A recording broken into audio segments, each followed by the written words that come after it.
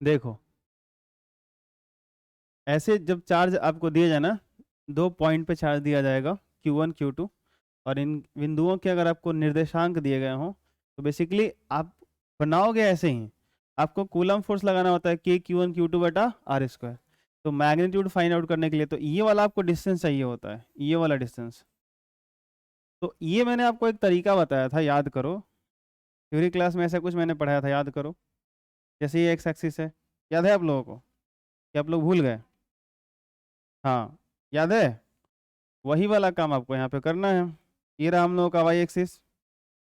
अब इस पॉइंट का यहाँ से ना, इमेजिन करो कि यहाँ से इसका कोई एक पोजीशन वेक्टर होगा, ये इसकी एक स्थिति सदिश होगी। अब ये तामझाम मैं दोबारा से कर रहा हूँ, इसकी कोई ज़रूरत ही नहीं वैसे, और आपको ना ही करने हैं, इस बात का ध्यान रखना। मैं बस इस बार फिर से इसलिए बता रहा हूँ ताकि आपको बस एक बार दिख जाए। ये ऐसा कुछ है। तो ये आपका R1 हो गया, पहला जो चार्ज है उसको R1 बोल दो, इसको क्या बोल दोगे? R2। अब ये आपको डिस्टेंस चाहिए, तो इसमें अगर मान लो हमने आपने ऐसे एरो लगा दिया Q1 से Q2 की तरफ, तो आप इसको क्या बोल सकते हो? थोड़ा वेक्टर सम की तरह देखो ना। R1 के हेड पे इस R का टेल है, जो रिजल्ट है, इन दोनों के बीच के डिस्टेंस वो R ही दिखाते हो ना। दो बिंदु आवेशों के बीच की दूरी किसे दिखाते हो आप? R से दिखाते हो। तो आप कैसे लिखोगे कि R1 प्लस R बराबर, देखो तो ये रिजल्ट होगा क्या? तो R2 यहाँ पे रिजल्ट हो जाएगा। तो आपको तो चाहिए R, तो वो क्या होगा? R2 minus R1। आया समझ? तो क्या सीखने को मिलता है? सीखने को यहाँ ये मिल रहा है हम लोगों को कि जब भी दो पॉइंट के कोऑर्डिनेट दिए जाएंगे तो इसका जो पोजीशन वेक्टर होगा और इसका जो पोजीशन वेक्टर होगा, इनका जो डिफरेंस होगा, इनका जो अंतर होगा, वही इन दोनों के बीच का डिस्टेंस देगा, वही वेक्टर आपको मैग्नीट्यूड देगा। तो आपको क्या कर्म करने होते हैं भाई साहब? अब ये 3 4 5, तो ये x होता है, ये y होता है और ये z होता है। तो x की तरफ जो होता है उसको i कैप लेके बोलते हो, y की तरफ जो होता है उसको j कैप लेके बोलते हो, और z की तरफ ये क्या बनेगा? Position vector 3i cap 4j cap minus 5k cap, ऐसा बनेगा। ये कैसा बनेगा? 2i कैप 1j कैप, या j कैप बोलो सिर्फ, plus k cap 3k cap, ऐसे बोलने पड़ेंगे। बोलो हाँ या ना? तो आपको चाहिए R, तो सबसे पहला रिस्पॉन्सिबिलिटी आपका यही है कि R फाइंड आउट करो। तो R2 कौन हुआ? वो वाला। तो बोलो कितना आएगा? 3i cap plus 4j cap minus 5k cap. इसमें से आपको घटाना है, R1 को घटाना है, तो R1 ये वाला बनेगा। कितना बोलो? 2i cap plus j cap plus 3k cap. अब यहाँ जब सब्ट्रैक्ट करोगे, घटाओगे, तो सब माइनस हो जाएगा। अब ठीक से करो, कितना आता है बताओ? 3i कैप में से 2 घटा दोगे, कितना आएगा? 1i cap. 4 में से 1 घटाओगे, 3j कैप। -5 और -3, ये -8k कैप हो जाएगा। आई बात समझ में? अब आगे चल के मैं कह रहा हूं कि डायरेक्शन के साथ आपको फाइंड करना है, तो भलाई यहीं पे है कि आर वेक्टर का आर कैप यहीं पे ज्ञात कर लो। और आर वेक्टर का आर कैप कैसे निकलेगा? तो इस वेक्टर में इसके मैग्नीट्यूड से डिवाइड कर दो। अब इसका परिमाण कैसे आएगा भाई? तो ये x की तरफ, ये y की तरफ, ये z की तरफ, तो घना आपका विकर्ण पड़े हो ना, अंडर रूट लंबाई का स्क्वायर प्लस चौड़ाई का स्क्वायर प्लस ऊंचाई का स्क्वायर, वही कर्म यहाँ करने होते हैं। करो। तो वेक्टर r, इसका वैल्यू ही पुट कर दो, ये जो आपको दिख रहा है, कौन सा बोलो? i cap plus 3j cap minus 8k cap. इधर r का मोड बोलो, 1 का स्क्वायर 1, 3 का स्क्वायर और प्लस 8 -8 का स्क्वायर, तो प्लस में ही आ जाएगा ना, 64। सबको जोड़ के बताओ कितना आएगा? 24 आएगा। तो ये क्या हो गया? I cap plus 3j cap minus 8k cap, और ये अंडर रूट कितना? 74, ऐसे हो जाएगा। तो ये क्या निकला? आर कैप, डायरेक्शन निकला। तो इसका लास्ट में हम लोग इस्तेमाल करेंगे, अंत में यूज करेंगे। अब आपको कुछ नहीं करना, कूलम्स लॉ लगा लो। कूलम्स लॉ क्या बोलता है? F बराबर k Q1 Q2 upon R का स्क्वायर। तो F बराबर R, यानी उनके बीच का दूरी का परिमाण, वही तो चाहिए। तो K के जगह पर K ही रहेगा, Q1 के जगह Q1 ही दिया है, Q2 के जगह Q2 ही दिया है। डिस्टेंस आप R देखो निकाल चुके हो, इसका परिमाण कितना है? Under root 74। तो उसका स्क्वायर करोगे तो कितना आएगा? 74, बटा में लगा दो 74। अब अगर इसका वैल्यू पुट करना चाहते हो 1/4 पे एप्सिलॉन नॉट, तो कर लो, जो मल्टीप्लाई करके आएगा सो आएगा। बोलो हाँ या ना? नहीं पुट करोगे तो ऐसे ही दिखेगा ये। हाँ, अब आपको डायरेक्शन के साथ पूछा गया, तो इधर आप वेक्टर लगाओगे, तो यहाँ पे आपको आर कैप आएगा, और ये आर कैप का वैल्यू ये वाला पुट करना पड़ेगा, ये पूरा एक्सप्रेशन पुट करने पड़ेंगे। आई बात समझ में? तो कितना हो जाएगा बताओ, बोलो। तो यहाँ पे ये कुछ ऐसा हो जाएगा, वेक्टर एफ इज इक्वल के Q1 Q2 बटा 74, और इधर कितना आएगा,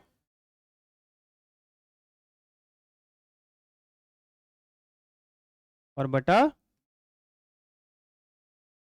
आया समझ? ठीक है, तो इसी को ऐसे लिख सकते हो कि Q1 Q2 बटा 74√74, और ऐसे ब्रैकेट में लिख सकते हो क्या, I cap plus 3j cap minus 8k। आया समझ? तो ऐसे सॉल्व करते हैं। आया किसी का? ठीक है, बढ़िया है। अब यहाँ पे वही मैं कह रहा हूँ, वैल्यू रख के पुट करोगे तो मल्टीप्लाई करोगे तो कुछ अलग आंसर आएगा, हाँ ना बोलो?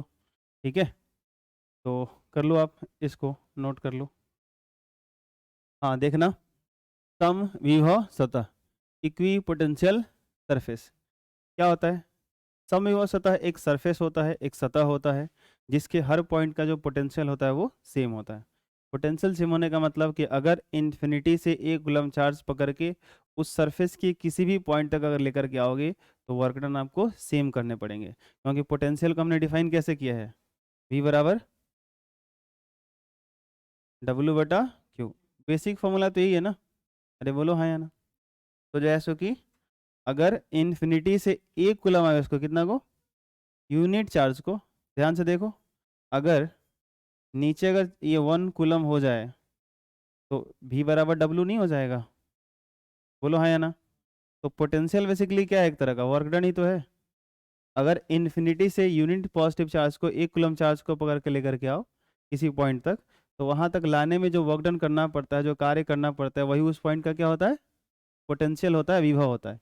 तो हम लोग किसकी बात कर रहे हैं, सम विभव सतह। तो कोई भी जो सरफेस होता है, कोई भी जो सतह होता है, उस पर कितने पॉइंट्स होते हैं, इनफाइनाइट पॉइंट्स होते हैं। अब हम कह रहे हैं कि वो सतह ही इक्वी पोटेंशियल है, सम विभव सतह है। इसका क्या मतलब है कि उस सरफेस के हर पॉइंट का पोटेंशियल कैसा है, समान है, एक जैसा है, इक्वल है। आई बात समझ में? वही डेफिनेशन भी है कि सम विभव सतह एक ऐसा सतह होता है जिसके प्रत्येक बिंदु का विभव समान होता है, या किसी दिए गए आवेश वितरण के लिए कोई चार्ज डिस्ट्रीब्यूशन ऐसा दिया गया है, उसके लिए समान विभव वाले बिंदुओं को मिलाने से जो सतह प्राप्त होता है उसी को हम क्या कहते हैं, समविभव सतह कहते हैं। आई बात समझ में? चलो ये नीचे वाला चीज समझा देता हूँ मैं आपको। जैसे मान लो कि यहाँ पर मेरे पास एक पॉइंट चार्ज है, ध्यान सुनना, यहाँ पर जैसे कि एक पॉइंट चार्ज है, इससे जो है सो कि हम कुछ दूरी पे जाते हैं, स्मॉल r डिस्टेंस पे, और यहाँ पे हम लोग पोटेंशियल की बात कर रहे हैं। तो आप मुझे बताओ यहाँ पोटेंशियल क्या होगा, V बराबर, बताओ बताओ, KQ हो जाएगा। अच्छा, इतना ही डिस्टेंस पे अगर मैं इधर जाऊं और यहाँ एक पॉइंट ले लूं तो यहाँ पोटेंशियल बताओगे, KQ इतना ही डिस्टेंस पे अगर मैं ऊपर आ जाऊं और पोटेंशियल पूछूं, बताओ। इतना ही डिस्टेंस पे मैं इधर आ जाऊं, यहाँ बताओ, यहाँ बताओ, यहाँ पे, इधर, इधर, सोचो। बोर्ड से थोड़ा सा ऐसे बाहर आ जाओ, उतना ही डिस्टेंस पे ऐसे सोचो, आ रहा है समझ में? और इन सारे पॉइंट्स को अगर आप मिलाओ, ज्वाइन करो, तो क्या इसका सरफेस बन जाएगा क्या? बोलो हाँ या ना? तो इमेजिन करो कि इसके सेंटर पे कैपिटल क्यू चार्ज है, इसके केंद्र पे कैपिटल क्यू चार्ज है, और उस कैपिटल क्यू चार्ज के कारण इसके सरफेस पे कोई पॉइंट ले लो और वहां पोटेंशियल मेरे को बताओ। इस सरफेस के हर पॉइंट पर जो पोटेंशियल होगा वो के क्यू ओपन आर होगा कि नहीं होगा? अरे बोलो, कोई दिक्कत? तो इस सरफेस को हम क्या कहेंगे, इक्वी पोटेंशियल सरफेस, समविभव सतह। क्यों? क्योंकि उस पॉइंट चार्ज के लिए इस सरफेस के हर पॉइंट पे, इस सरफेस के हर पॉइंट का जो पोटेंशियल है, विभव, क्या है, सेम है, समान है। आई बात समझ में? ठीक है, तो यहाँ पे चाहो तो आप इस तरह से एक स्फीयर का सरफेस बना सकते हो। प्लीज ध्यान से सुनना, मैंने क्या बोला, स्फीयर का सरफेस, गोला का सतह, मैंने सर्कल नहीं बोला। आई बात समझ में? हाँ, दोनों में फर्क है। तो ये इक्वी पोटेंशियल सरफेस है। अब मान लो कि ये पॉइंट चार्ज है, मैं इसके अंदर अगर एक ऐसे सरफेस स्फीयर इमेजिन करता हूँ गोला का, तो ये इक्वी पोटेंशियल सरफेस है कि नहीं है? बोलो हाँ या ना? ये भी है। आई बात समझ में? तो एक पॉइंट चार्ज के लिए, एक बिंदु आवेश के लिए, एक बिंदुवत आवेश के लिए, कोई भी जो इसका स्फीयर होता है, जहां सेंटर पे चार्ज है उसका, तो उसका जो सरफेस होगा स्फीयर का वो इक्विपोटेंशियल सरफेस होता है, वो समविभव सतह होता है। आई बात समझ में? कोई दिक्कत? अब सवाल ये है कि ये भी एक इक्विपोटेंशियल सरफेस है और अंदर वाला भी एक इक्विपोटेंशियल सरफेस है, तो यहां पर क्या हम लोग कह सकते हैं कि दोनों का पोटेंशियल सेम है? अगर दोनों समविभव सतह है तो क्या ये कह सकते हैं कि दोनों का पोटेंशियल समान है? ध्यान से सुनना इस बात का, यहाँ पे गड़बड़ मत कर देना। ये अगर ये इक्विपोटेंशियल सरफेस है तो इस सरफेस के सारे पॉइंट का पोटेंशियल सेम होगा। अगर ये एक इक्विपोटेंशियल सरफेस है तो इस सरफेस के हर पॉइंट का पोटेंशियल सेम होगा, लेकिन इस सरफेस का एक पॉइंट और दूसरे सरफेस का एक पॉइंट का पोटेंशियल अलग अलग होगा। आई बात समझ में? ठीक है, प्लीज दोनों को मर्ज मत कर देना। दो अलग अलग समविभव सतह अगर ले लिए जाएं तो उन दोनों समविभव सतहों के जो पॉइंट्स होंगे उनके पोटेंशियल सेम नहीं होंगे। एक ही सरफेस पे अगर इक्विपोटेंशियल है तो उस सरफेस के सारे पॉइंट के पोटेंशियल सेम होते हैं। क्लियर? प्लीज कंफ्यूजन में मत रहना, दूर कर लेना। अब ध्यान से सुनना, हर पॉइंट बहुत इंपॉर्टेंट है। समविभव सतह के गुण। अब अगर यहाँ पे देखा जाए तो पहला क्या है? समविभव रेखाओं का घनत्व हमें विद्युत क्षेत्र के परिमाण की जानकारी देता है। जैसे इक्विपोटेंशियल सरफेस आप बना रहे हो, जैसे इलेक्ट्रिक फील्ड लाइन्स हम बनाते हैं ना, नहीं बनाते हैं? इलेक्ट्रिक फील्ड ऑफ लाइन्स बनाते हो तो उसकी जो डेंसिटी होती है, फील्ड ऑफ जो क्या बोलते हैं, लाइन्स ऑफ फोर्स होते हैं, इलेक्ट्रिक फील्ड लाइन्स होते हैं, वो जितने ही पास पास होते हैं, जितनी उनकी डेंसिटी हाई होती है, उतना ही जो है सो कि आप क्या समझते हो वहाँ पे इलेक्ट्रिक फील्ड क्या है? हाई है। और जहाँ इलेक्ट्रिक फील्ड लाइन्स दूर दूर होते हैं उतना ही आप क्या समझते हो?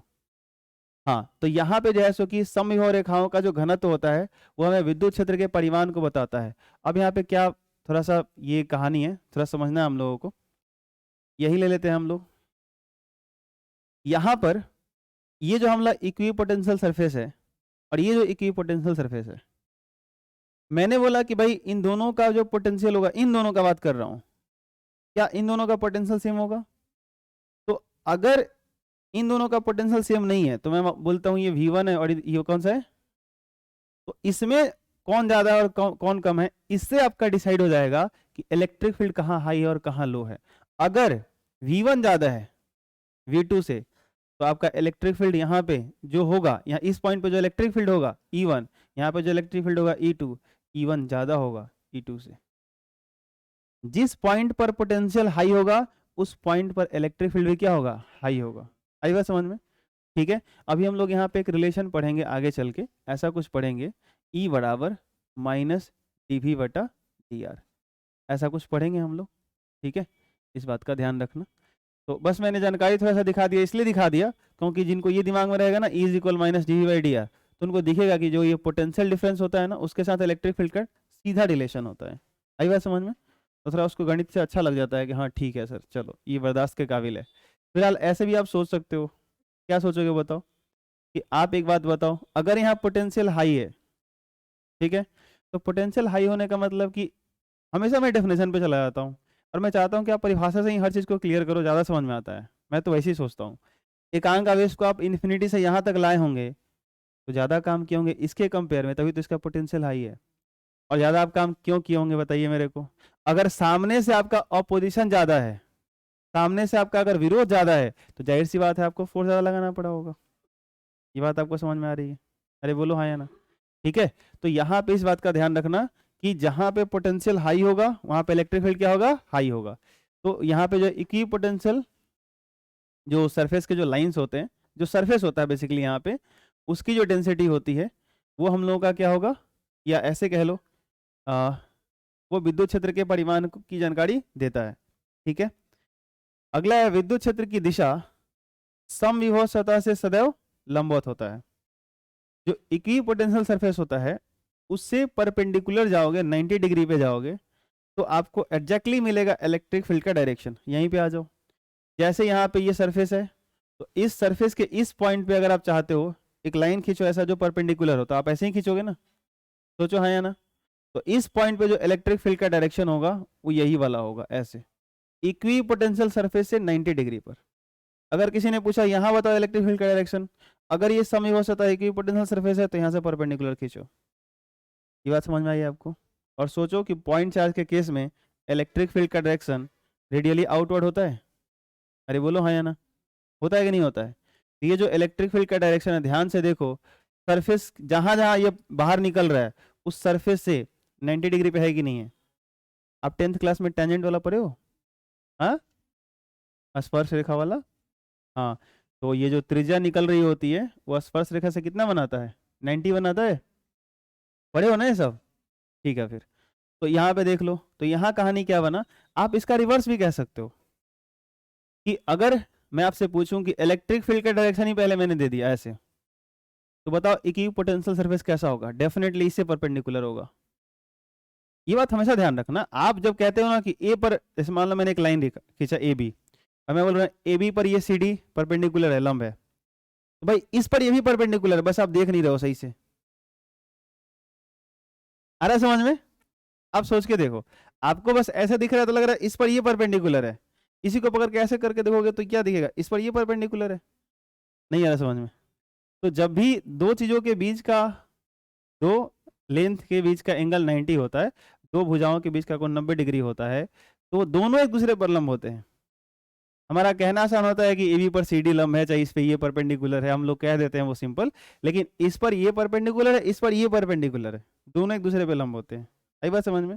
तो आप ऐसे भी कह सकते हो कि इलेक्ट्रिक फील्ड के डायरेक्शन के परपेंडिकुलर इक्विपोटेंशियल सरफेस होता है, या ऐसे भी कह सकते हो कि इक्विपोटेंशियल सरफेस के परपेंडिकुलर इलेक्ट्रिक फील्ड का डायरेक्शन होता है। बोलो समझ में आया कि नहीं आया? आया? तो ऐसे मान लो, अब मैं आपको एक क्वेश्चन यहाँ पे अराइज कर देता हूँ, एक क्वेश्चन उठा देता हूँ। जैसे मान लो मैंने क्वेश्चन क्या दिया आपको, ये मेरे पास एक सरफेस है ऐसे, और ये समविभव सतह है। क्या बोलो? इलेक्ट्रिक फील्ड का डायरेक्शन बनाओ, क्या होगा? इसके हर पॉइंट से इलेक्ट्रिक फील्ड का डायरेक्शन ऐसे निकलेगा। सोचो हाँ या ना, कोई दिक्कत? इस तरीके से नहीं आ रहा समझ में? वो आप लोगों ने बाहुबली वाली फिल्म देखी है? हाँ, उसमें से जो तीर नहीं निकलता है, तो वो जो पूरा वो है ना, वो पूरा वो समविभव सतह हो गया, और तीर क्या हो गया? इलेक्ट्रिक फील्ड लाइंस हो गया। याद आया सीन वो? हाँ हाँ, देवसेना। हाँ, पूरा एकदम। तो इधर आप तीर चलाइए पूरा एकदम। बाहुबली पार्ट 3 आने वाला है, पता है आप लोगों को? नहीं पता है? अच्छा, मैं बनाने वाला हूँ। हाँ, कैसा लगा मजाक मेरा? तीसरा पॉइंट पढ़ते हैं। बिंदु आवेश, ध्यान से सुनो, बिंदु आवेश या गोलीय आवेश वितरण के कारण समविभव सतह सकेंद्रीय होता है। सही बात है। अगर आपके पास पॉइंट चार्ज है, अरे कब से तो वही डिस्कशन किए जा रहे हो आप, अगर आपके पास क्या है बोलो? पॉइंट चार्ज है, तो इसके लिए इक्विपोटेंशियल सरफेस कैसा होता है? गोलीय होता है, स्फेरिकल होता है, हाँ कि ना? और ये जो भी होंगे, जितना भी गोलीय बनाओगे वो सब कैसे होंगे? सकेंद्रीय होंगे, सबका सेंटर एक ही जगह आएगा। कोई दूसरा बनाना चाहते हो, ठीक है भाई, इससे बड़ा बना लो, मुझे कोई एतराज नहीं है, आप इससे बड़ा बना लो, चलेगा, लेकिन बड़ा बनाओगे तो सेंटर तो वहीं रहेगा। अरे बोलो हाँ या ना? नहीं आ रहा समझ में? आ रहा है? अगर ये पॉइंट चार्ज है तब भी ऐसा बनेगा, और अगर अंदर कोई स्फेरिकल गोलाकार वस्तु ही होता जिसपे पूरा ऐसे पॉजिटिव चार्ज रहता, तब भी इक्वी पोटेंशियल सरफेस कैसा होता? ऐसा ही होता। आई बात समझ में? कोई दिक्कत? और आप ये चीज पढ़े हो कि इलेक्ट्रिक फील्ड जो होता है पॉइंट चार्ज के कारण रेडियली आउटवर्ड होता है, त्रिज्यता क्या होता है? बाहर की तरफ होता है ना? अरे बोलो सब। वैसे ही सोचो, अगर ये गोलीय कोई वस्तु है, इस पे जो चार्जेज होते हैं, तो इसके कारण भी तो इलेक्ट्रिक फील्ड ऐसे ही पढ़े थे, नहीं पढ़े थे? अभी आप लोग वो चार कंडीशन में पढ़े थे कि नहीं पढ़े थे? चालक गोला, कुचालक गोला, याद आया? सब में तो ऐसे ही आ रहा था ना, फॉर्मूला भी सेम आ रहा था, पॉइंट चार्ज की तरह आ रहा था। चलो अगला है, यहाँ पे लिखा गया किसी भी आकृति का एक धात्विक, उसके बाद क्या है ना यहाँ पे,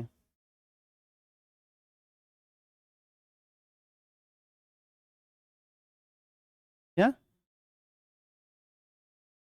हाँ देखो, लड़का पकड़ लिया, सही बात है, यहाँ पृष्ठ होगा। किसी भी आकृति का एक धात्विक पृष्ठ समविभव सतह होता है। देखो, यहाँ ये बड़ा यूनिक चीज है, इसका ख्याल रखना आप। सुनो ध्यान से सुनो। अगर मान लो कि अगर मैं बोलूं कि मेरे पास एक बॉडी है जो इस शेप का है, ये इस तरह का है, ठीक है, और मैं बोल रहा हूं कि ये चालक है, धात्विक है मतलब चालक है, कंडक्टर है, क्या बोलो, ये चालक है, कंडक्टिंग बॉडी है, कंडक्टर है।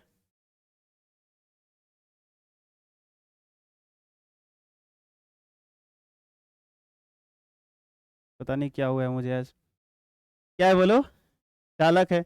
और इस पे अगर मैं पॉजिटिव चार्ज ऐसे दिखा दूं और फिर मैं आपसे पूछूं कि बताओ इस तरह के शेप का जो ये कंडक्टर है, इस तरह का शेप का जो ये बॉडी है, बताओ इसका समविभव सतह कैसा होगा, इक्वी पोटेंशियल सरफेस। तो वही बताया जा रहा था, अभी यही स्टेटमेंट लिखा गया है, ठीक है। लेकिन आप ऐसे सोचो, जो आपने ये वाला नेचर पढ़ा ना, ये वाला, कि विद्युत क्षेत्र की दिशा समविभव सतह से सदैव लंबवत होती है, वहां से बता सकते हो, क्योंकि जिस दिन मैं इलेक्ट्रिक फील्ड लाइंस आपको पढ़ा रहा था, उस दिन मैंने कंडक्टर के केस में इलेक्ट्रिक फील्ड लाइंस कैसा होता है बताया था, याद है, बताओ कोई। वेरी गुड, ये बताया था मैंने। चालक के केस में, कंडक्टर के केस में जो इलेक्ट्रिक फील्ड लाइंस होते हैं, विद्युत क्षेत्र रेखाएं जो होती हैं, सतह से हमेशा लंबवत होती हैं। और ये रीजन भी दिया था आपको कि अगर आप परपेंडिकुलर नहीं लेके चलोगे, अगर ऐसे टेढ़ा कर दोगे तो इसके दो घटक टूटेंगे, एक ऐसे और एक ऐसे। अगर इलेक्ट्रिक फील्ड ऐसे आएगा तो फिर चार्जेस पे फोर्स लगेगा, और फोर्स लगेगा तो चलना शुरू करेगा, इसके सरफेस पे करंट आएगा। याद आया, जो कि ऐसा नहीं होता। तो अगर ऐसा नहीं है, ध्यान से सुनना, तो इलेक्ट्रिक फील्ड क्या हो रहा है, सरफेस से परपेंडिकुलर। तो अगर इलेक्ट्रिक फील्ड इसके सरफेस पे परपेंडिकुलर है, तो मेरे को बताओ ना भाई कि इस पॉइंट पे मैं कहूं कि इक्वी पोटेंशियल सरफेस, थोड़ा सा एरिया आप इमेजिन करो, डी है यहाँ पे, और इसका एरिया वेक्टर, अगर सॉरी इसका मतलब क्या बोलते हैं, इस पॉइंट पे इलेक्ट्रिक फील्ड का डायरेक्शन ये है, तो ये जो डी वाला एरिया का सरफेस होगा, वो इक्वी पोटेंशियल सरफेस हुआ कि नहीं हुआ। नहीं आ रहा समझ में। समविभव सतह से इलेक्ट्रिक फील्ड परपेंडिकुलर होता है, या इलेक्ट्रिक फील्ड से समविभव सतह परपेंडिकुलर होता है, दोनों बात एक ही है ना। अभी तो समझा रहा था मैं पूरी पूरी छान रहा था मैं। अरे समझ में आ रहा है तुम लोगों को, ठीक है। हाँ, तो यहाँ पे ये ऐसा होगा कि नहीं होगा, अरे बोलो। तो मैं क्या कह सकता हूँ कि कंडक्टर का जो सरफेस है वही इक्विपोटेंशियल सरफेस है, क्योंकि इलेक्ट्रिक फील्ड लाइंस अपने कंडक्टर के सरफेस के परपेंडिकुलर ही तो है, सरफेस के तो परपेंडिकुलर है, तो उसका सरफेस ही इक्विपोटेंशियल हुआ कि नहीं हुआ। नहीं समझ आया, आया नहीं आया, आया कोई दिक्कत। आगे सोचो, यहाँ पे जैसे यहाँ पे देखो, बताओ कि इलेक्ट्रिक फील्ड लाइंस यहाँ पे कैसा होगा, इधर होगा, यहाँ पे कैसा होगा, ऐसा होगा। फिर ये मत सोच देना कट जाएगा, मैंने पिछले क्लास में समझाया भी था, ये कटेगा नहीं, ये एक दूसरे को रिपेल करके ऐसे निकल जाएंगे। ये बात समझ में आ रहा है, ठीक है, ध्यान रखना। तो अभी क्या होगा कि अगर मैं पूछूं कि अगर इलेक्ट्रिक फील्ड लाइंस ऐसा है, तो बताओ यहाँ इक्वी पोटेंशियल सरफेस कैसा होगा। तो अगर आप दिमाग लगा रहे हो तो यहाँ पे कैसा होगा, इसका सरफेस ऐसा, लेकिन यहाँ पे कैसा होगा, वो तो ऐसा होगा। यानी इसका क्या मतलब है कि जो कंडक्टर का सरफेस जैसे जैसे टर्न कर रहा है, इक्वी पोटेंशियल सरफेस वैसे ही टर्न कर रहा है। कुछ समझ में आया, नहीं है। और अगर आपने एक समविभव सतह इसके सरफेस को माना है, तो इस बात का ख्याल रखना, दूसरा समविभव सतह अगर बनाना हो तो एकदम इसके ऊपर जाओ या अंदर आओ, आपको इसी शेप के बनाने पड़ेंगे, एकदम ऐसे ही बनाने पड़ेंगे।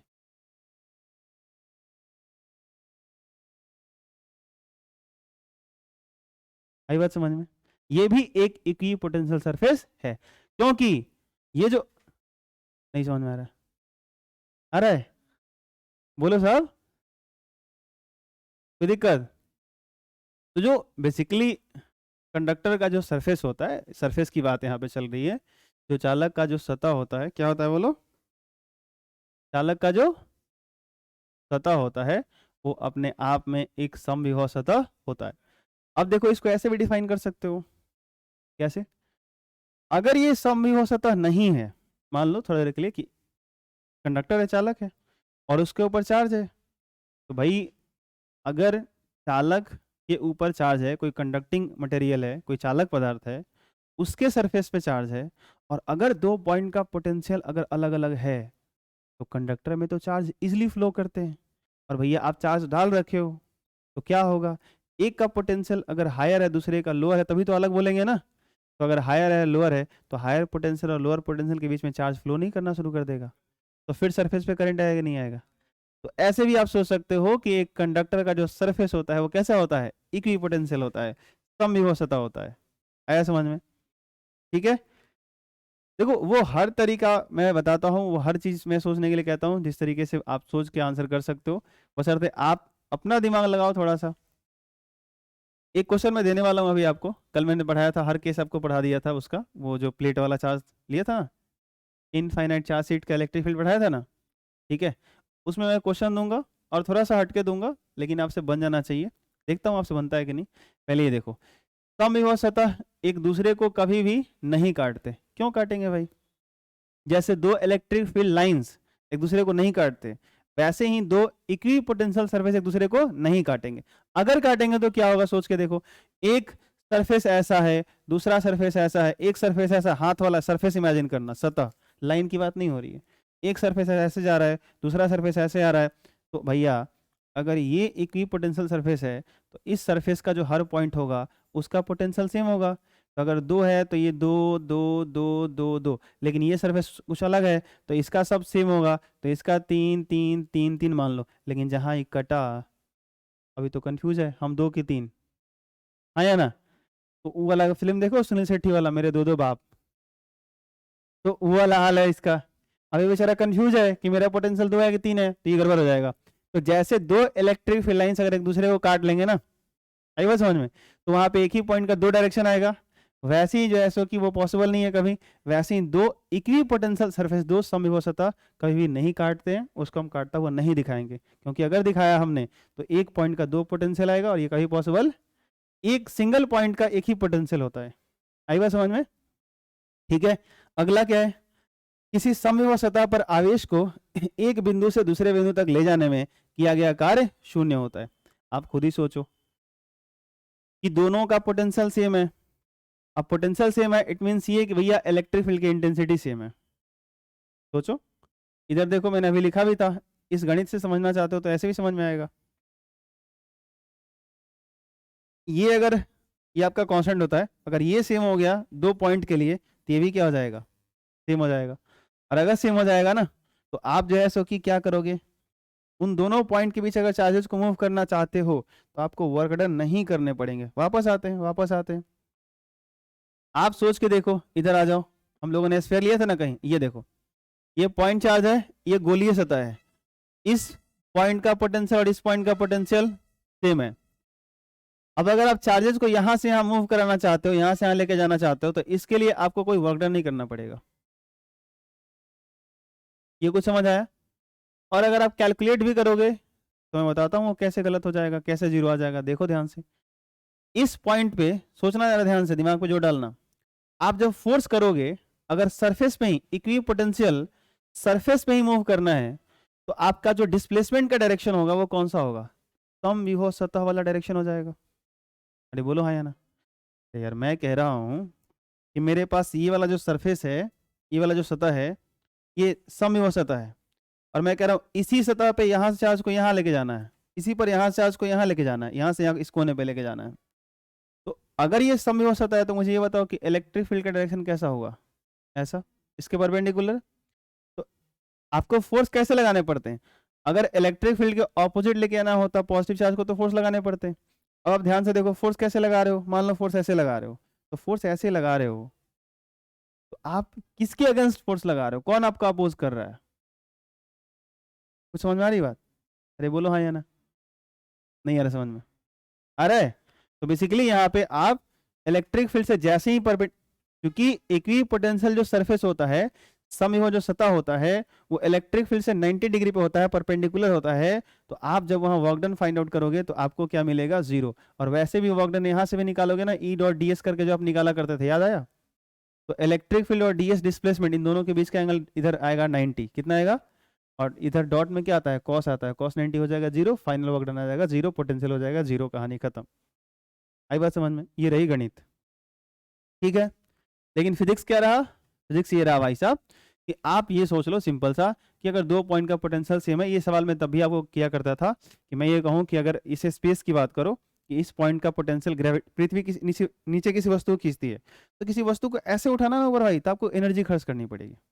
किसी एंगल में भी उठाओगे ना तो करना पड़ेगा। लेकिन मैं बोलूँ एक बॉडी यहाँ है, इसको यहाँ से ऐसे लेके जाना है, आपको वर्क नहीं करना पड़ेगा, आपको करना पड़ेगा। आप यार पता है क्या सोच रहे हो? आपके दिमाग में लगे ना वो टेबल है, सरफेस है, फ्रिक्शन है, वो सारा कुछ सोच के देखो, यहाँ फ्रिक्शनलेस कोई चीज़ है, ठीक है। तो आप उसको ऐसे फोर्स कर रहे हो, अब पृथ्वी नीचे खींच रही है, फोर्स 90 पे कर रहे हो, क्या होगा? कुछ नहीं होगा। आप बात समझ पा रहे हो? तो आप वर्क डन उसमें ऐड नहीं कर सकते। तो ये कारण है कि आप समविभव सतह पर अगर एक पॉइंट से दूसरे पॉइंट तक जो है सो कि आप जब किसी पार्टिकल को लेके जाते हो तो वर्क डन नहीं करना पड़ता, तो वहां पे वर्क डन क्या मानी जाती है? 0। क्लियर? किसी समविभव सतह पर आवेश को एक बिंदु से दूसरे बिंदु तक ले जाने में किया गया कार्य शून्य होता है, और अगर किया गया कार्य शून्य होता है इसका यह मतलब है कि उसकी एनर्जी बढ़ेगी नहीं। आई बात समझ में? उसकी जो पोटेंशियल एनर्जी होगी जितनी पहले थी उतनी रहेगी, क्योंकि वर्क करने का क्या मतलब होता है? आपकी एनर्जी खर्च हुई, उसके साथ जाके ऐड हो गई। एनर्जी तो कंजर्व होती है, ऊर्जा तो संरक्षित होती है ना भाई।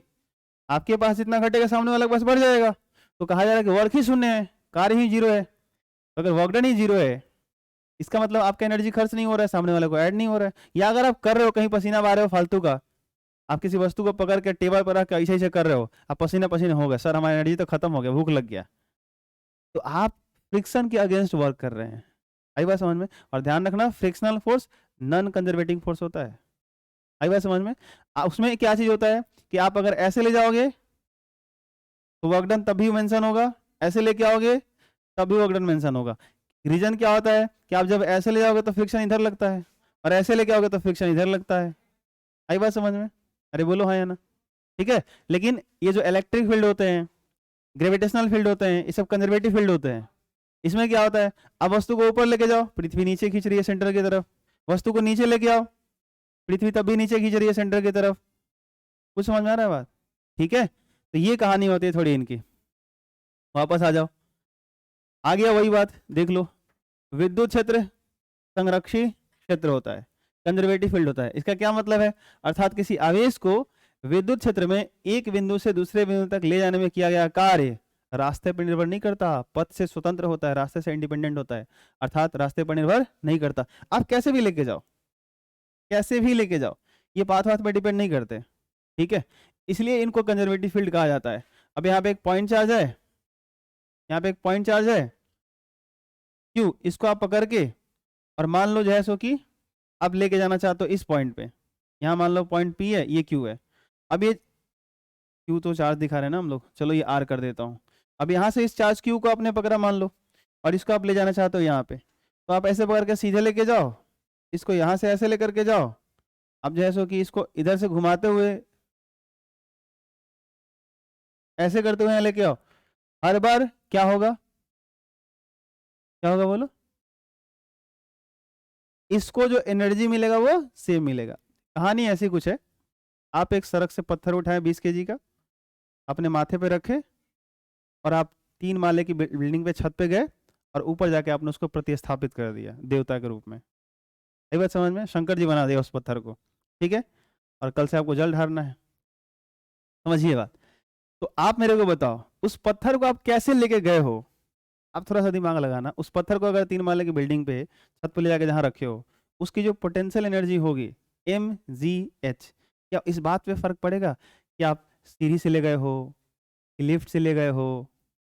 अरे बोलो हाँ या ना? कि जो है सो कि वो कमरा कमरा में उसको घुमा घुमा के ले गए हो, क्योंकि महादेव है ना वो, तो शंकर जी को हर कमरा में पहले घुमा दिया हो कि ये कमरा पवित्र हो जाए, तब छत पे लेके जाएंगे। तो इस कमरे में मिलेगा पत्थर, उस कमरे में मिलेगा, उस कमरे में मिलेगा, तब जाकर छत पे ले गए आप। देखो नहीं होता है कि घर वो जाता है तो गैया घुमाया जाता है हर रूम में, वही वाला हाल है। अरे बोलो हाँ कि ना? समझ में आ रही बात? तो इस बात से कोई फर्क नहीं पड़ता उसको। आप सीढ़ी 4 स्टेप चढ़िए, फिर उतर जाइए, फिर चढ़िए उतर जाइए, पूरा अपना आप क्या कर रहे हो, एनर्जी वेस्ट कर रहे हो किसी अलग फॉर्म में। फाइनली उसको जो एनर्जी मिलने वाला है, उस सिस्टम को जो एनर्जी मिलने वाला है वो उतना ही मिलेगा, उसमें कोई बदलाव नहीं आएगा। ये कुछ समझ में आया? ठीक है। तो ये नहीं कि यहां से चार्ज अपने क्यू पकड़ो और यहां लेके जा रहे हो आप, ठीक है ना। तो ऐसा नहीं कि ऐसे सीधे लेके गए तो यहाँ पे कम इसको एनर्जी आएगा, यहाँ इधर से मेहनत करते हुए पूरा रास्ता लंबा ट्रैवल करके आएंगे तो यहाँ ज़्यादा एनर्जी आ जाएगा, बिल्कुल नहीं, होगा ही नहीं। आई बात समझ में? और ध्यान से देख सकते हो वर्क डन क्यों भाई कांस्टेंट होगा, क्यों ऐसा होगा इस फील्ड के अंदर? आपने क्या पढ़ा, V बराबर W बाई क्यू। इस पॉइंट का, सिंगल पॉइंट का पोटेंशियल सिंगल नहीं होता है, पोटेंशियल चेंज होने वाला नहीं है। कैसे भी रास्ते से लेके जाओ आप, अगर पोटेंशियल चेंज हो नहीं सकता, सुनना ध्यान से, पोटेंशियल चेंज हो नहीं सकता तो क्या होगा? चार्ज तो वही लेके जा रहे हो, अब चार्ज भी नहीं चेंज कर रहे हो, पोटेंशियल भी चेंज नहीं हो रहा है, तो इसका मल्टीप्लीकेशन कैसे चेंज हो जाएगा? और V इंटू क्यू क्या है, वर्क डन है ना, तो W कैसे बदलेगा? ये बात समझ में आ रही है? ये रहा गणित। दूसरा, अभी मैंने जिक्र किया था फ्रिक्शनल फोर्स का, घर्षण वाला, याद रखना। फ्रिक्शनल फोर्स कंजर्वेटिव नहीं होता, वो संरक्षित क्षेत्र नहीं होता, वो नॉन कंजर्वेटिव होता है। क्यों भाई? आप देखो, इसमें खुद ही दिख जाएगा। अब इस लॉग को तुम ऐसे लेके जा रहे हो तो फ्रिक्शन किधर लग रहा है? अपोजिट। अरे बोलो हाँ या ना? ठीक है, तो आप जैसे कि फ्रिक्शन के अगेंस्ट ऐसे वर्क, तो जो फ्रिक्शन वर्क करता है, ध्यान सुनना, जो फ्रिक्शन वर्क कर रहा है तो इधर वर्क कर रहा है, फोर्स इधर लग रहा है, डिस्प्लेसमेंट इधर हो रहा है, बीच का एंगल 180, वर्क डन निकालोगे नेगेटिव आएगा। एक काम करो, ध्यान सुनना, एक काम करो, यहाँ पे क्या होगा, इसको पकड़ के अब इधर नहीं लेके आओ, इधर लेके जाओ, फिर से क्या होगा? अब फोर्स इधर लगा रहा है तो फ्रिक्शन इधर लग रहा है, अभी भी बीच का एंगल, ये कुछ समझ में आया? अरे बोलो हाँ या ना? तो ये चीज है, थोड़ा सा इस चीज को ध्यान रखो। तो यहाँ पे क्या होता है, ये सारे वर्क डन एक साथ मेंशन होते हैं, ये सब एड अप होते हैं, ठीक है। लेकिन यहाँ पे आपका ऐसा नहीं होता, क्योंकि अगर मान लो, जैसे थोड़ा देर के लिए सोच लो ना, कि जैसे ये प्लस है, ये पॉजिटिव चार्ज है, यहाँ पॉजिटिव चार्ज था, इसके कारण इलेक्ट्रिक फील्ड रेडियली आउटवर्ड था, और भी थोड़ा डेप्थ में, शायद इन्वर्टर डाउन हो गया ना, बंद होगा अचानक से, सब बंद हो जाएगा। तो मैं ये बात कर रहा था कि जो, सुनो ना, कंजर्वेटिव फील्ड और नॉन कंजर्वेटिव फील्ड, संरक्षित क्षेत्र और असंरक्षित क्षेत्र, या संरक्षी बल, कंजर्वेटिव फोर्स, नॉन कंजर्वेटिंग फोर्स का क्या मतलब होता है, ठीक है। तो जो फ्रिक्शनल फोर्स होता है वो पाथ पे डिपेंड, उससे उससे जब वर्क होता है ना, घर्षण बल के द्वारा जब कार्य होता है, तो वो पाथ पे डिपेंड करने लगता है। सही बात समझ में? जितना ही उसको ज्यादा रास्ता घुमाओगे उतना ही क्या होगा, वो जितना भी घर्षण बल उसको लगेगा वो सब मेंशन होगा, सब एड अप होते जाएगा, सब जुड़ते जाएगा। लेकिन इस फील्ड के अंदर ऐसा नहीं होता कि आप एक पॉइंट से दूसरे पॉइंट तक एक चार्ज को लेके जा रहे हो, या ग्रेविटेशनल फील्ड के अंदर ऐसा नहीं होता कि किसी m kg की वस्तु को लेके आप जो है सो कि एक पॉइंट से दूसरे पॉइंट तक ले गए, तो जो है सो कि इस रास्ते पे डिपेंड कर रहा है कि आप इसको ऐसे लेके जाओगे तो वर्क डन आपको ज़्यादा करना पड़ा, ऐसे घुमा के लेके जाओगे तो अलग करना पड़ा, ऐसा नहीं होता। सही बात समझ में? ठीक है, तो ये कहानी होती है थोड़ी सी, तो यही है। इसके बाद फिर वो रिलेशन है, तो इसको फिर आगे करेंगे, आप पहले इसको नोट कर लीजिए, नहीं तो फिर वो बचा का बचा रह जाएगा। और इसको मैं लिख देता हूँ, इसको मैं लिख देता हूँ,